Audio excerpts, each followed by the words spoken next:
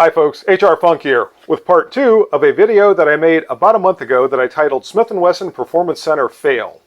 And in that video, I detailed my experience with a brand new Smith & Wesson Performance Center Carry Comp revolver that I purchased exactly 5 weeks ago today. Today is March the 31st of 2022. And 5 weeks ago when I brought this revolver home, I didn't have time to look it over. And the following day, which was 5 weeks ago tomorrow, I pulled it out of the box and started to look at it very closely, and I found some problems with it.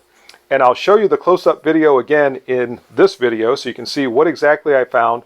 But essentially, there were unexplained scratches on the face of the cylinder of this revolver, and also in the muzzle, there was damage that was apparently caused when the two-piece barrel was tightened down or torqued down to the frame, and it resulted in gouges to the lugs, what I'll call the tightening lugs, I don't know what the technical term is, in the muzzle, and it was unsightly. I don't know if it was going to affect performance or not, but for a Performance Center revolver, the top of the line Smith & Wesson revolver product, I felt that this was really not something I was going to accept. So I contacted Smith & Wesson, as I said 5 weeks ago tomorrow, which will be April 1st, April Fool's Day. I sent the revolver back. It was a Friday when I sent it back, so of course it was in transit over the Saturday and Sunday. They got it on Monday, I believe it was February the 28th. And from that time on, they have had my revolver. It took almost 5 full weeks, again, 5 weeks ago tomorrow is when I shipped it, in order to get my revolver back. And in just a moment, I'm going to open up the box and take a look at it and see how the repair was conducted and if it now is meeting my expectations. So without any further ado, I can't wait to get in here and see what it looks like. So I'm going to put the box down, set up my other camera so you'll be able to get the close-up view, and we'll take a look at how well they repaired my Smith & Wesson Model 19 Carry Comp. So now we've got the lights, we've got the camera, and it's time for the action. And I'm going to open up the box and try to keep my hands out of the way as much as I can.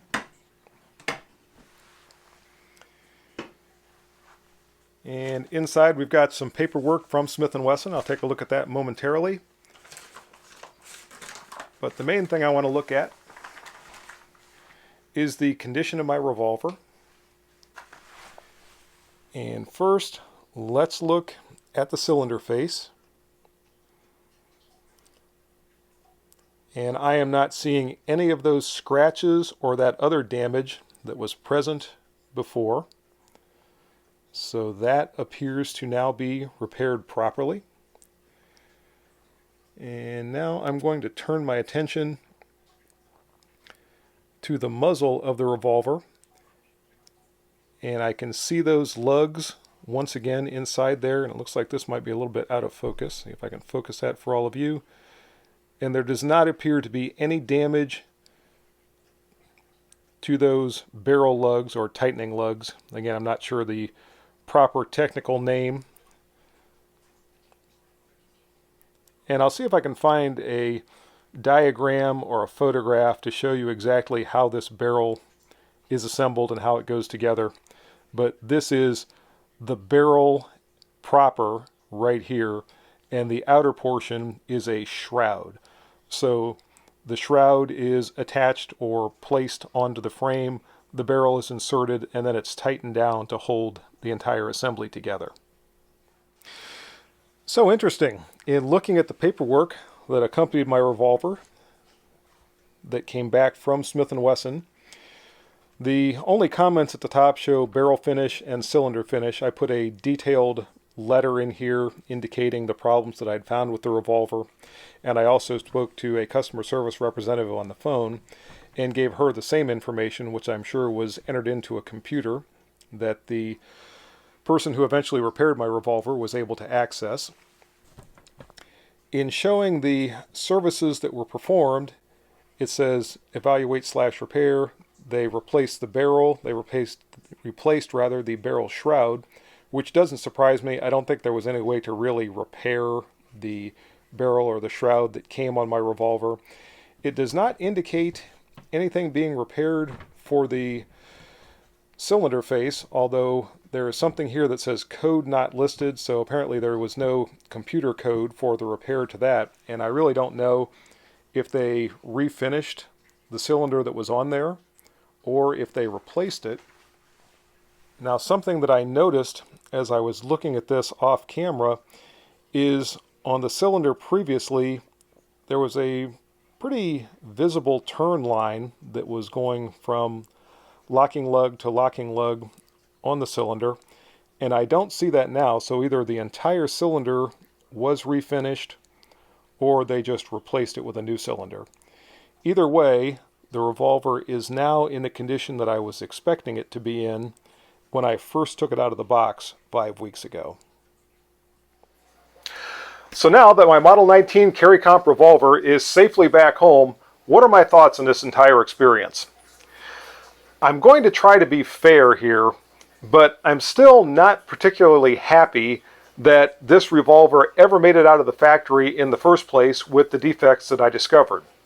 I think someone should have discovered that in a final inspection, and it should have been caught and corrected before it was ever boxed up and shipped off to a distributor.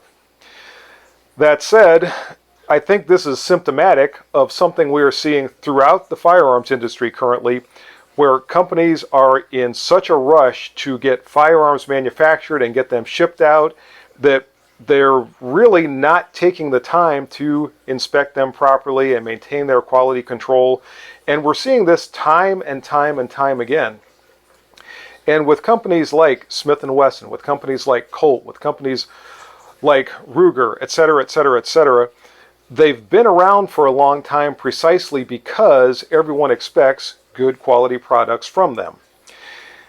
We saw what happened with Remington, and this was exactly the same type of thing that led to the demise of the company that we formerly knew as Remington. Now they've risen from their ashes, and there's another company that is using that name, at least nowadays, and producing firearms again. But I think this is something that manufacturers really have to be aware of on the part of what their customers are experiencing on the receiving end. And that is this basic notion or feeling that the companies don't care about the products they're putting out anymore. I am a lifelong Smith & Wesson fan. I am dyed in the wool. You know, if you cut me, I probably bleed Smith & Wesson blue. But I really can't defend putting out a product like this, particularly a performance center revolver. I'm talking about, as I said earlier, their top-of-the-line revolver product going out the door to the customer, only to have the customer find that there are problems with it and that it has to go back to the factory to have those problems resolved. Now, in dealing with Smith & Wesson, when I called their customer service representative, the lady that I spoke to was very polite, she was very pleasant, and she seemed like she wanted to accommodate me and try to get things corrected. But still, I had to ship the revolver back, and it was back for over a month. And again, I think this is excessive. If you have a customer who does experience a problem and has to go to the trouble of shipping their firearm back, I think it needs to be turned around as fast as possible. And when I called back to check on the progress of this revolver, what I was told was they have such a backlog of firearms that they are repairing. Now that should tell you something also. But there was such a backlog of firearms at that time that it was taking 6 to 8 weeks before they were getting firearms repaired and turned around. Now, obviously, mine made it back before the 6-week mark. But still, I think that that's just an excessive period of time. Now, to be fair, as I said, with Smith & Wesson, when I contacted them and made them aware of the problem, they immediately emailed me a shipping label.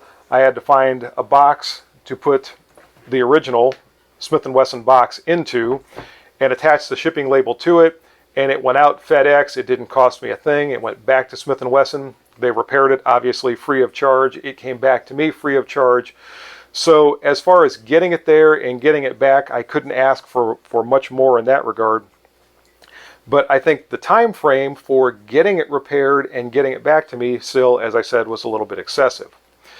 At this point, I am looking forward to finally being able to review this revolver and let all of you know what I think about it in the condition that it's in now, the condition it should have been when I first purchased it 5 weeks ago.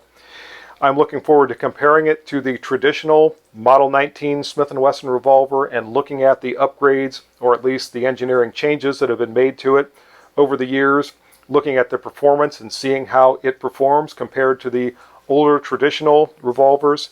And I think I'm really going to enjoy this experience, and I hope all of you enjoy it too. And hopefully it will put an end to the negative feeling that I have so far about what I've experienced with this revolver and with Smith & Wesson to this point. In any case, I'm throwing this out hoping that maybe someone at Smith & Wesson and maybe some of the other firearms companies will see this video and start to think we might need to step up our game a little bit, or we're going to start losing customers. We're already seeing overseas manufacturing that is capturing a lot of our market here in the United States, and our firearms could very well be the next thing that goes the way of automobiles or optics or whatever that we've seen, that now overseas products are looked at as being better quality than what we're making here at home. And they're actually doing it for a lower price. I don't want to see our homegrown firearms go that same direction. So those are my thoughts on this matter, folks. I'd like to hear yours. If you have any questions or comments, as always, make sure you forward those to me. Remember, if you purchase anything from Optics Planet, be sure to use my discount code, which is... And if you use that discount code, it's good for 5% off anything you purchase from Optics Planet. Also remember, WarbirdBunker.com is making t-shirts for the channel. If you go to WarbirdBunker.com, you can find my t-shirt there, as well as all of Nathan's other firearms and patriotic themed gear. And if you use my discount code at WarbirdBunker.com, which is HRFunk for you, that'll save you 10% off your entire purchase from WarbirdBunker.com.